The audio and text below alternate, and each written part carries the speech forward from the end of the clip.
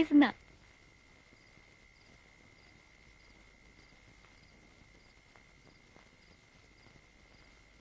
എന്റെ അപ്പനെ, ഈ മുഖം ഒന്ന് തെളിഞ്ഞു കാണാൻ ഞാൻ ചെയ്യേണ്ടത്? നീലകണ്ഠൻ എനിക്കങ്ങോട്ട് മറക്കാൻ പറ്റുന്നില്ല. ഇതങ്ങ് അവസാനിപ്പിച്ചൂടെ? പുണ്ണിക്കുത്തി വലുതാക്കിയ പിന്നെ അവിടം വെച്ച് മുറിച്ചു കളയും. ഞാൻ അതിനും മടിക്കില്ല. ഒട്ടും മോശമല്ല നീലകണ്ഠനും, അറിയാലോ. ഉവ്വ്, അവന്റെ കഴിവ് മറ്റാരേക്കാളും കൂടുതൽ നിനക്കല്ലേ അറിയാ.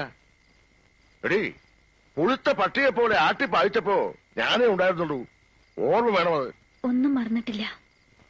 പക്ഷേ ഞാനൊരുത്തി കാരണമല്ലേ നീലന്റെ അമ്മ വീട് വിട്ടിറങ്ങിപ്പോയത്. വേണ്ട, കൂടുതൽ പുറകോട്ട് പോകണ്ട. അല്ലെങ്കിലും നിനക്കിപ്പോഴും കൂടെ അവനോടാണെന്ന് എനിക്കറിയാം. ഇതപ്പം നന്നായത്. അപ്പോഴേക്കും പിണങ്ങിയോ? നീ കണ്ടോടി, ചിലതൊക്കെ അടുത്തു തന്നെ നടക്കും.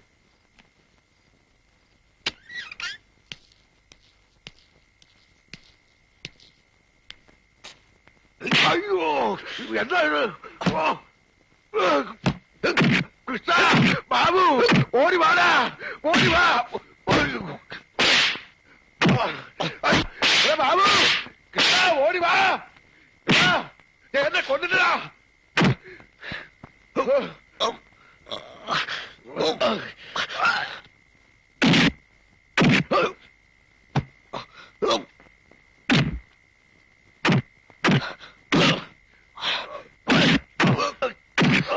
ഭാനുവച്ചി,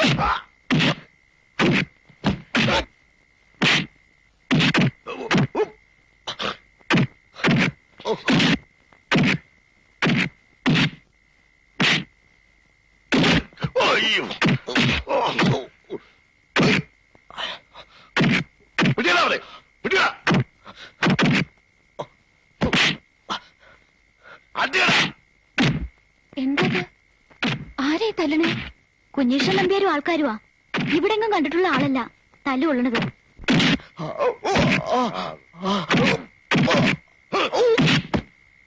പറയടാ നായിന്റെ മോനെ, ആരാണ് അതിനെ അയച്ചത്? ഇനിനെ തല്ലരുത്, തല്ലരുത്, കൊന്നോളാം ഞാൻ.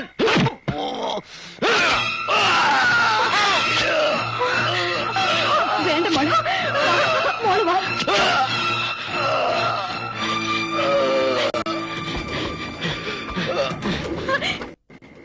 വേണ്ട മോളെ, അവളൊന്നും കണ്ടിട്ടുമില്ല കേട്ടിട്ടുമില്ല.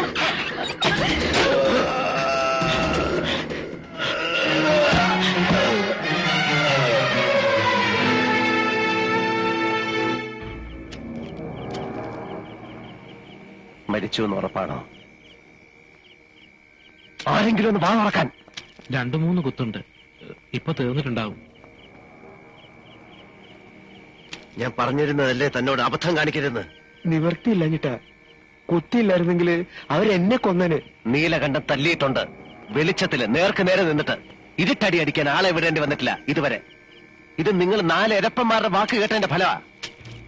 മംഗലശ്ശേരി മാധവ മേനോന്റെ മകൻ തെമ്മാടിയാണെന്നുള്ള നേരാ ഇപ്പൊ കൊലപാതകയാക്കി. രാത്രിയും പകലും കൂടെ നടക്കണം 4 ചേർന്ന്. നീല, നടക്കേണ്ടത് നടന്നു. ഇനി വൈകാതെ ഇവനെ എവിടെയെങ്കിലും ഒളിപ്പിക്കാൻ നോക്ക്. അതാ ബുദ്ധി.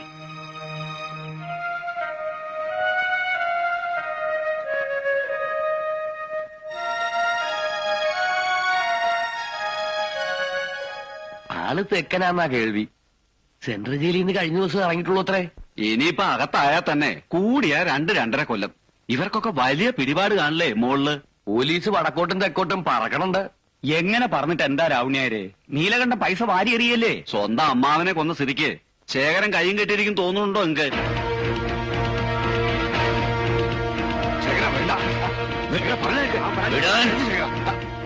എന്നെ പിടിക്കരുത്, എന്റെ അമ്മാവനെ.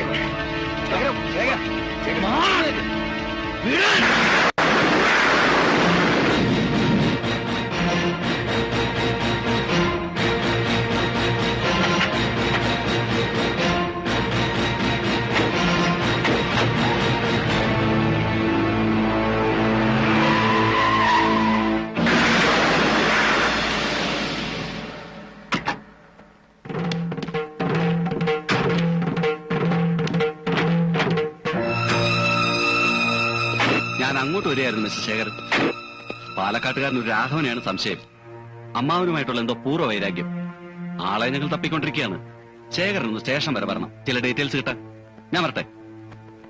എന്നാ നീലകണ്ഠൻ പറഞ്ഞ പോലെ.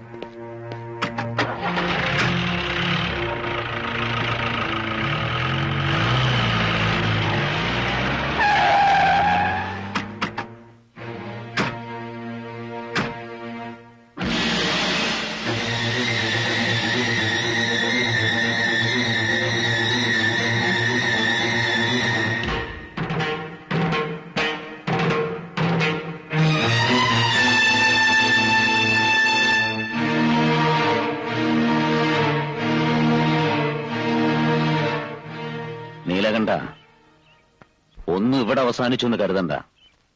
തുടങ്ങണേ ഉള്ളൂ. എനിക്കും ഒരു ദിവസമുണ്ട്. ബാക്കി നമുക്ക് അന്ന് പറയാം. അതിനി അധികം വൈകില്ല. ഓർമ്മ വെച്ചോ.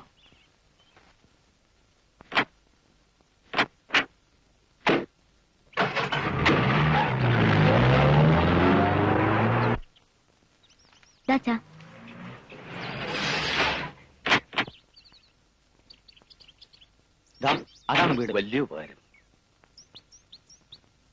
ആരാ മോളേത്? അറിയില്ല, ഇങ്ങോട്ട് തന്നെയാ.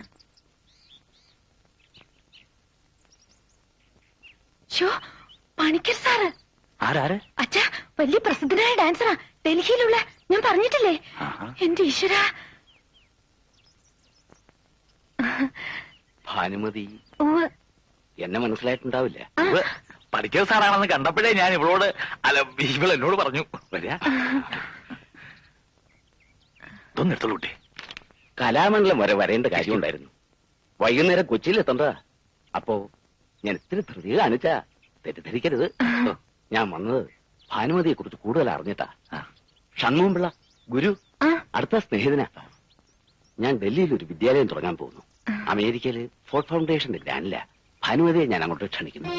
അവിടെ ക്ലാസ് എടുക്കാം, പിന്നെ ഒരു വഴിക്ക് പഠിത്തവും മുന്നോട്ട് കൊണ്ടുപോവാ, പിന്നെ പ്രോഗ്രാംസ്. എന്താ എന്താ മോളെ? പണിക്കർ സാർ വലിയൊരു കാര്യമല്ലേ പറഞ്ഞിരിക്കുന്നത്? ഞാൻ ഇതുപോലുള്ള ടാലൻസിനെയാണ് അവിടെ ഒരുമിച്ച് ചേർക്കാൻ പോകുന്നത്. പിന്നെ ഞാൻ പറഞ്ഞതിൽ പ്രത്യേകം നോട്ട് ചെയ്യേണ്ടത്, വെറും ഒരു അധ്യാപികയായിട്ടല്ല, സ്വന്തം കഴിവുകൾ വികസിപ്പിക്കാനും പ്രദർശിപ്പിക്കാനുള്ള സൗകര്യം ഭാനുമതിക്ക് അവിടെ ഉണ്ടാവും. ഞാൻ ഇറങ്ങാണ്. ബന്ധപ്പെടാം. ചായ കുടിക്കാൻ ചായയോ ഇളനീരോ? ഒന്നും വേണ്ട. ഭാഗ്യം ചെയ്ത അച്ഛനാ. മോളുടെ കഴിവുകൾ ലോകം കാണാനിരിക്കുന്നതേ ഉള്ളൂ. വരട്ടെ. ഈശ്വര.